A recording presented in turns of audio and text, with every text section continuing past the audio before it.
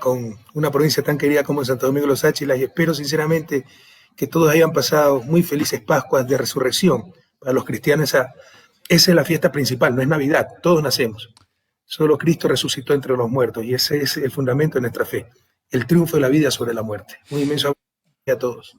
Indudablemente le damos la cordial bienvenida, economista. Siempre es grato poderlo escuchar acá en Santo Domingo, la tierra de los Sáchilas. Bueno, estamos de cara a un proceso electoral muy clave que se realizará este próximo 11 de abril. Y de alguna forma empiezan a generarse un sinnúmero de rumores, especulaciones, comentarios. Usted sabe, ¿no? Hay gente a favor, gente en contra, y eso empieza a caldear un poco el ambiente político en estas últimas horas. Más allá de la presentación de propuestas de gobierno, que es lo que la ciudadanía debería conocer, ha surgido una serie de cuestionamientos de parte y parte. Entonces, eso obliga sobremanera a entender cuál es la visión de un exmandatario de caras a este proceso electoral. ¿Cómo mira usted el proceso eleccionario en Ecuador? ¿Está la cancha nivelada? ¿Qué pasa? Bueno, son dos preguntas diferentes sobre qué opino del proceso electoral y si la cancha está nivelada. Obviamente la cancha está desnivelada.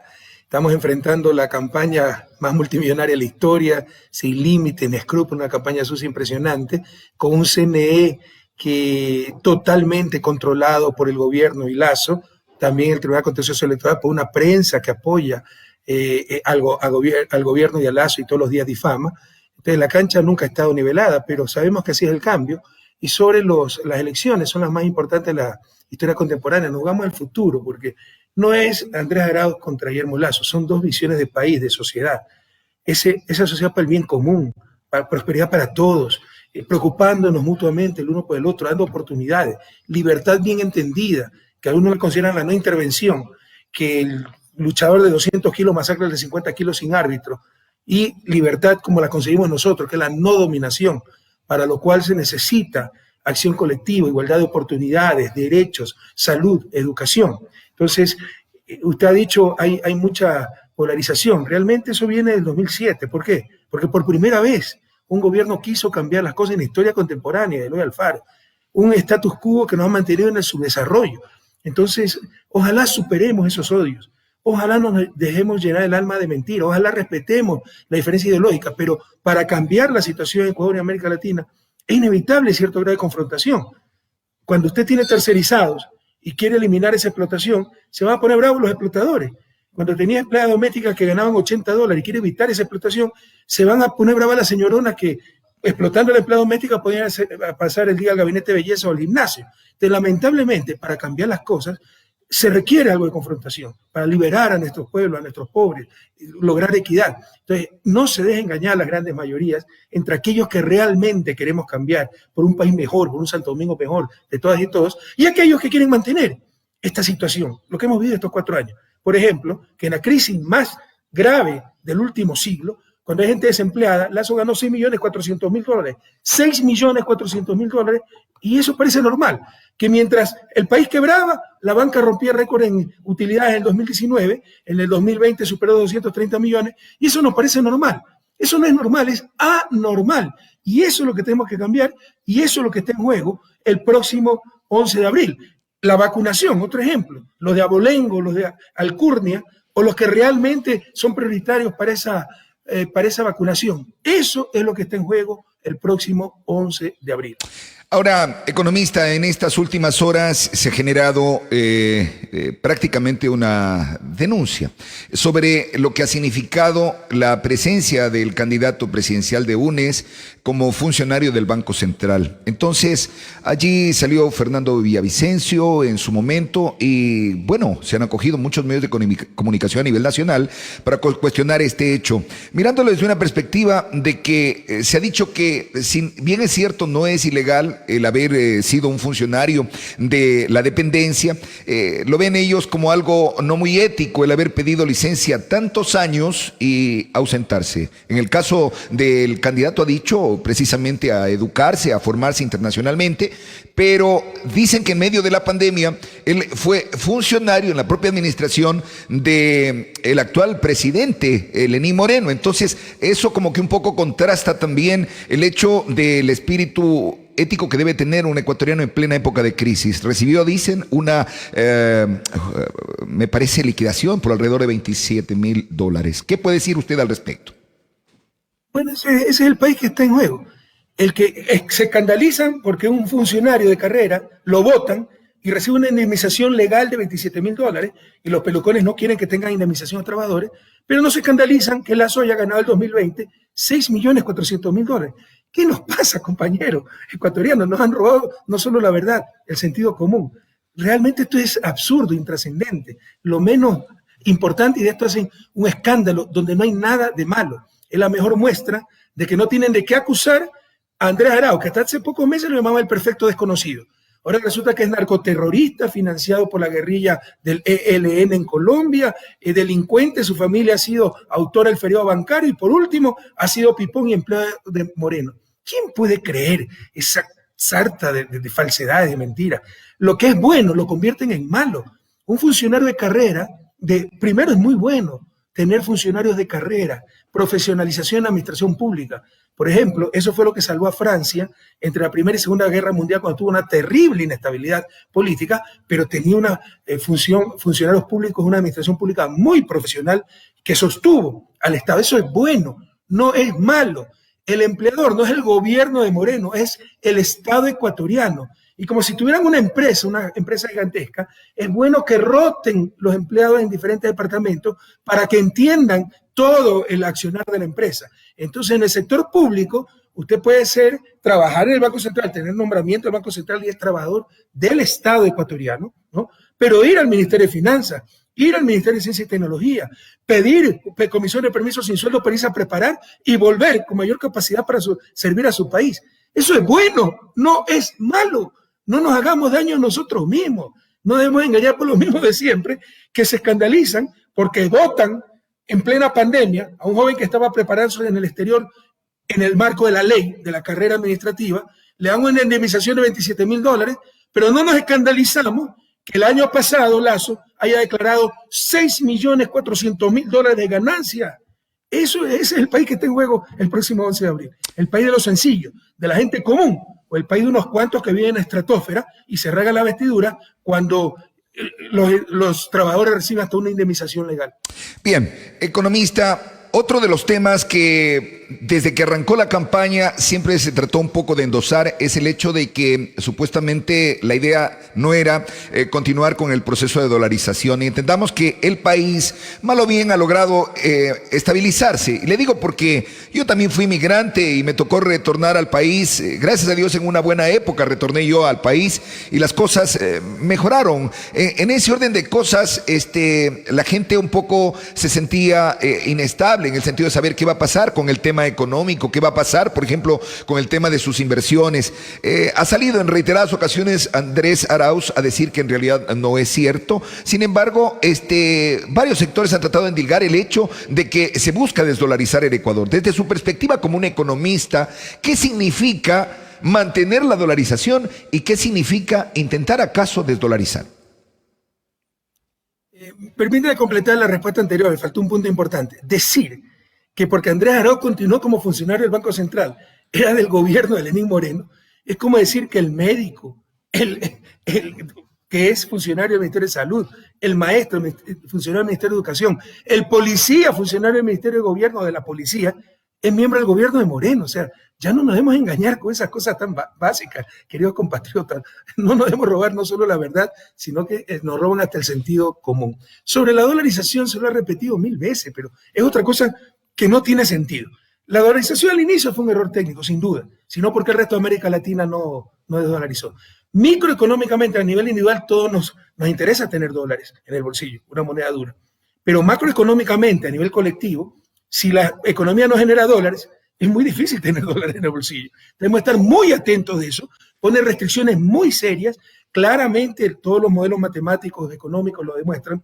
La dolarización, un tipo de cambio fijo, duro, es recesivo, pero ya la tenemos. Hay que continuar con ese régimen dolarizado que tiene cosas buenas, como transparencia, como atractivo para inversiones.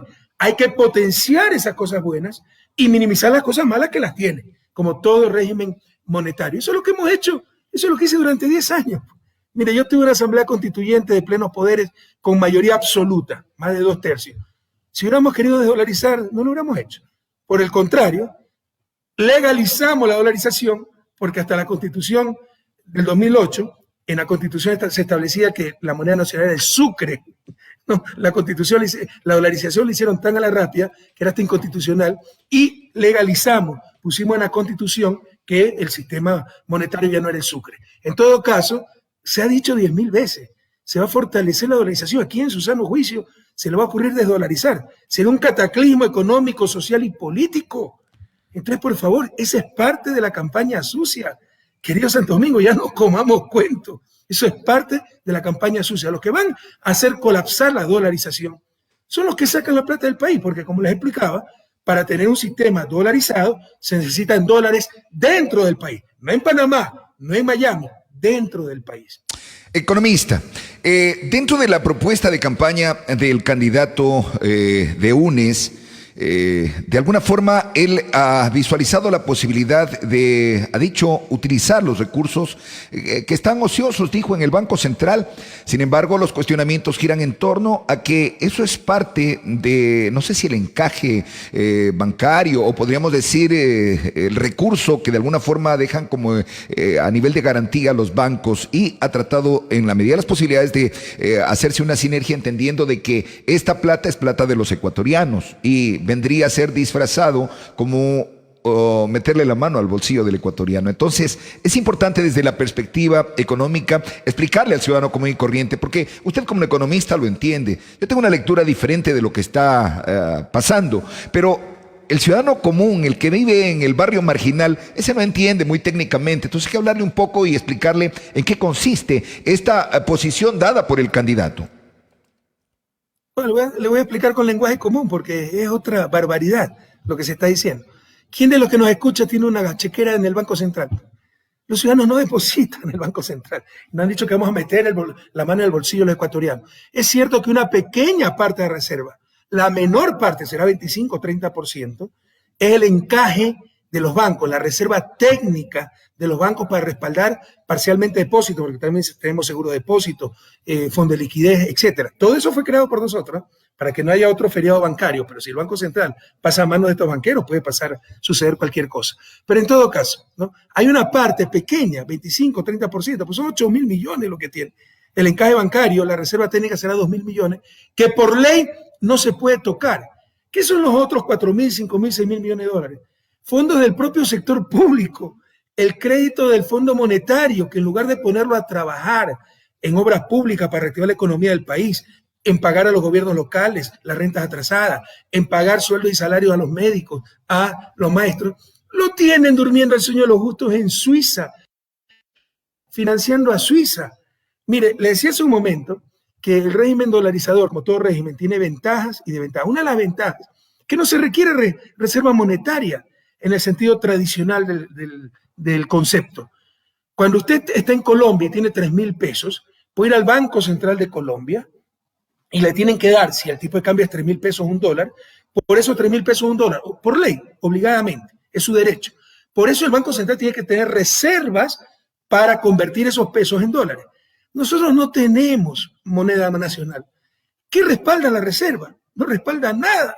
Solo esa reserva técnica de los bancos para apuntalar los depósitos, pero insisto, es una mínima parte y por ley no se puede tocar. El resto, 4.000, 5.000, 6.000 millones de dólares, son fondos del propio sector público. ¿Y sabe para qué los están utilizando? Sí, para respaldar algo.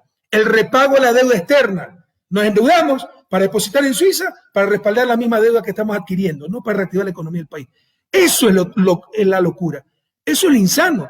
Eso es lo tonto éticamente. Entonces, correctamente, Andrés ha dicho, esa plata que está durmiendo el sueño de los justos en Suiza, que la tienen como garantía de pago de deuda externa que está en manos de los propios banqueros, al final del día hacer todo esto para garantizar la ganancia de los mismos banqueros que cogobiernan con Moreno, esa plata tiene que venir, no en su totalidad, sí en parte y en gran parte, a trabajar al país para reactivar la economía. Y eso es perfectamente correcto. No se está metiendo el bolsillo la mano en el bolsillo de nadie, no se está atentando contra la dolarización, ni nada por el estilo, ninguna de las barbaridades que se dicen dentro de una campaña sucia sin precedentes.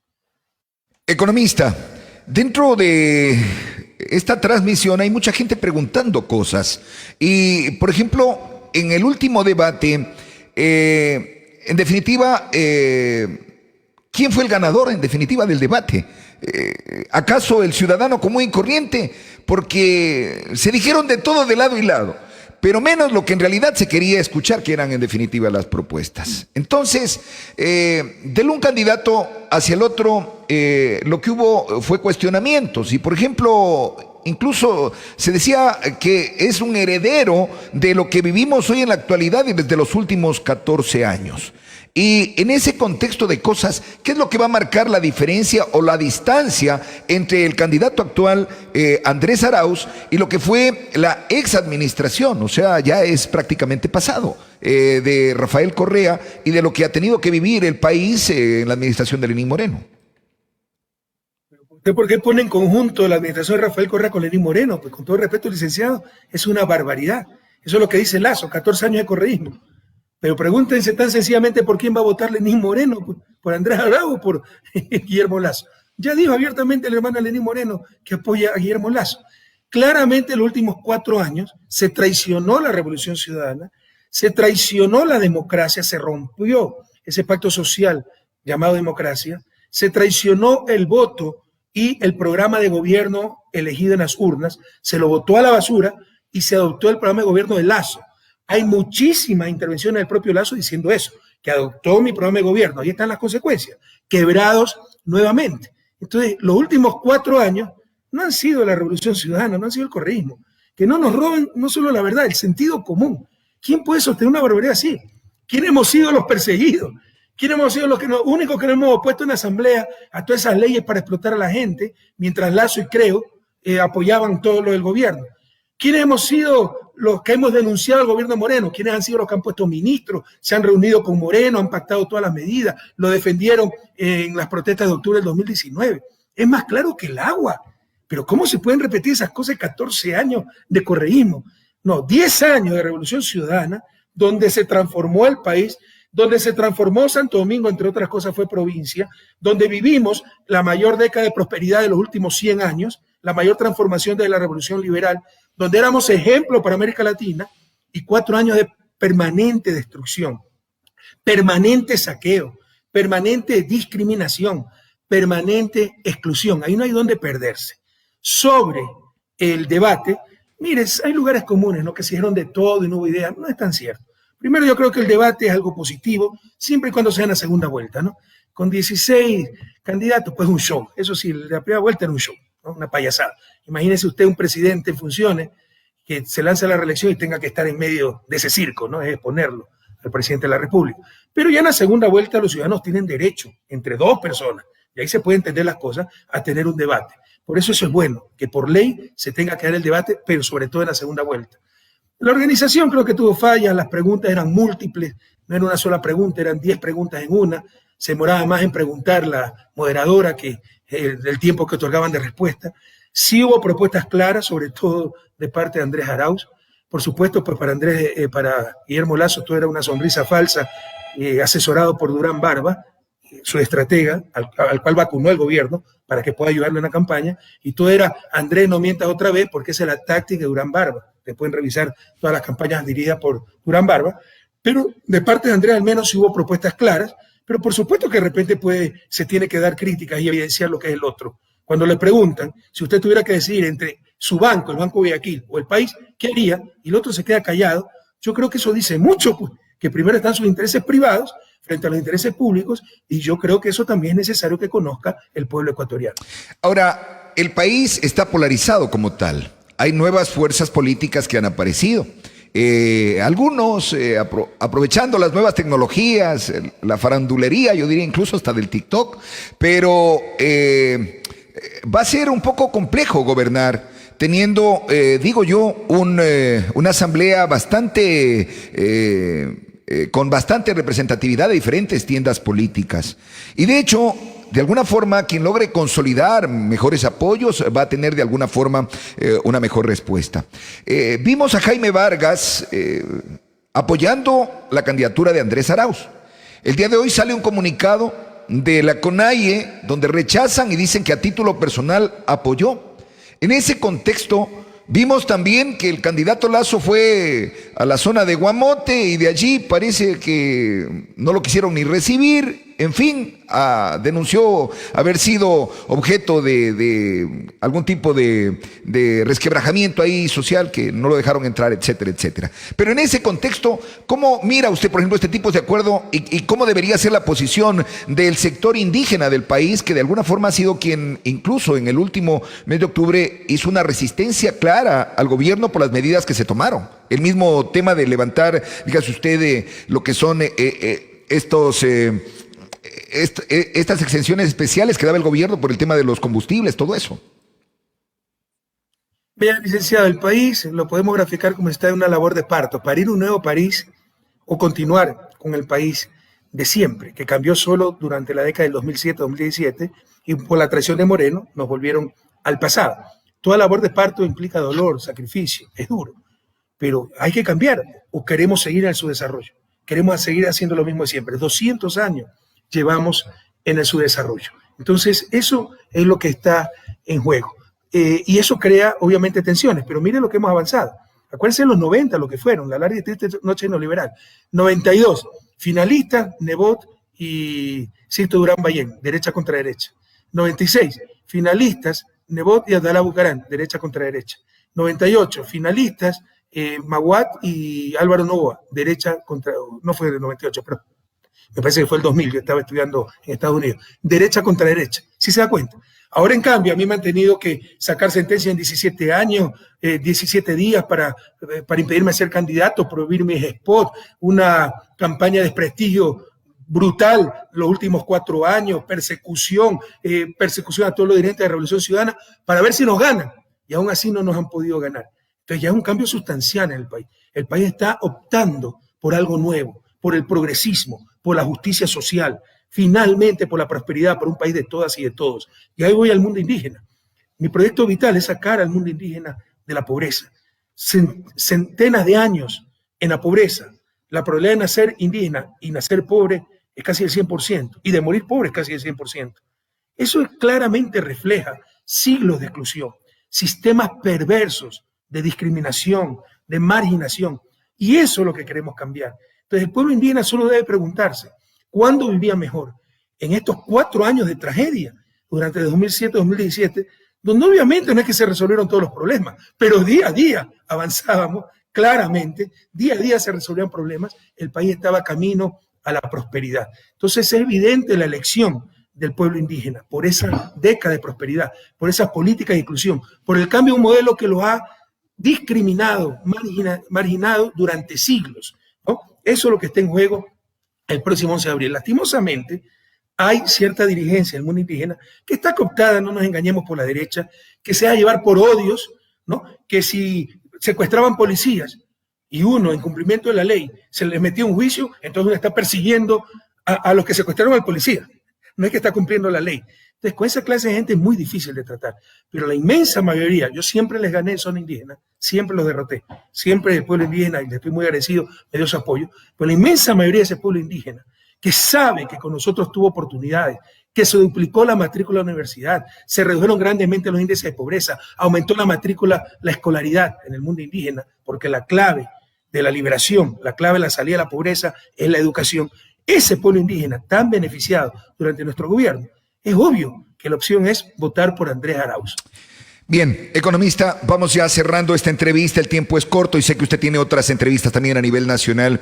Yo pienso que con esto cerramos nada más. En definitiva, usted dijo hay que hacer una labor de parto.